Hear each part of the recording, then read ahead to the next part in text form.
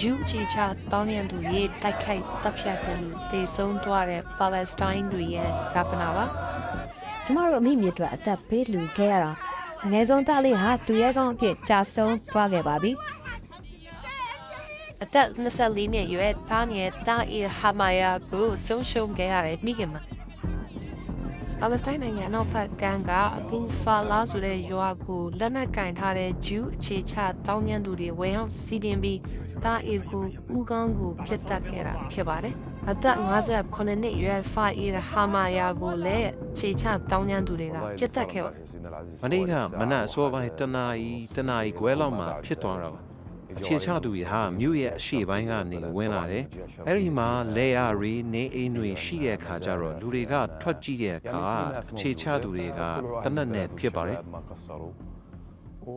အဲ့ဒီဖြစ်ပြတဲ့မှာဖာအီနဲ့တာအီနှစ်ယောက်လုံးအသက်ခံလိုက်ရပါတယ်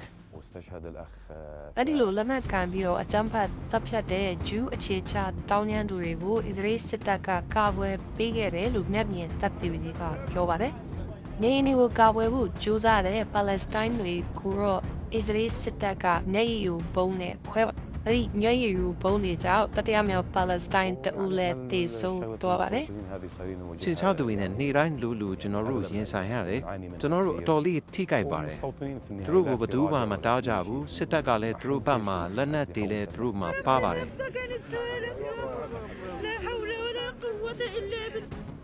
ဟီဘရွန်မြို့နီကမာဆာဖာရတာဆိုတဲ့ရွာမှာလည်းပါလက်စတိုင်းတအူအသက်ခံရပါတယ်။အခြေချတောင်းရန်သူတွေကိုရင်ဆိုင်စဉ်အတွင်းမှာအစ္စရေးစစ်တပ်ကပစ်တက်ခဲ့တာပါ။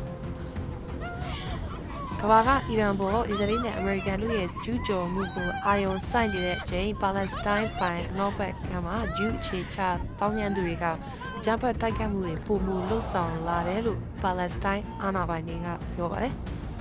ဒီရဲ့ဘတ်တွဲမှာဂျူးချီချတောင်းရန်သူရဲ့လက်ချက်ကြောင့်အနည်းဆုံးပါလက်စတိုင်း6ဦးသေဆုံးခဲ့ပါတယ်။အခုနှစ်အတွင်းဂျူးချီချတောင်းရန်သူတွေရဲ့အကြမ်းဖက်မှုကြောင့်အနည်းဆုံးပါလက်စတိုင်း900လောက်ဦးအင်စွန့်ခွာထွက်ပြေးခဲ့ရတယ်လို့ကုလကထုတ်ပြန်ပါတယ်။လူခွင့်ရေးဖွဲ့တွေကတော့ဒီလိုအကြမ်းဖက်မှုဟာလူမျိုးတုံးတပ်ဖြတ်မှုတစ်စိတ်တစ်ပိုင်းဖြစ်တယ်လို့ဝေဖန်ထားပါတယ်။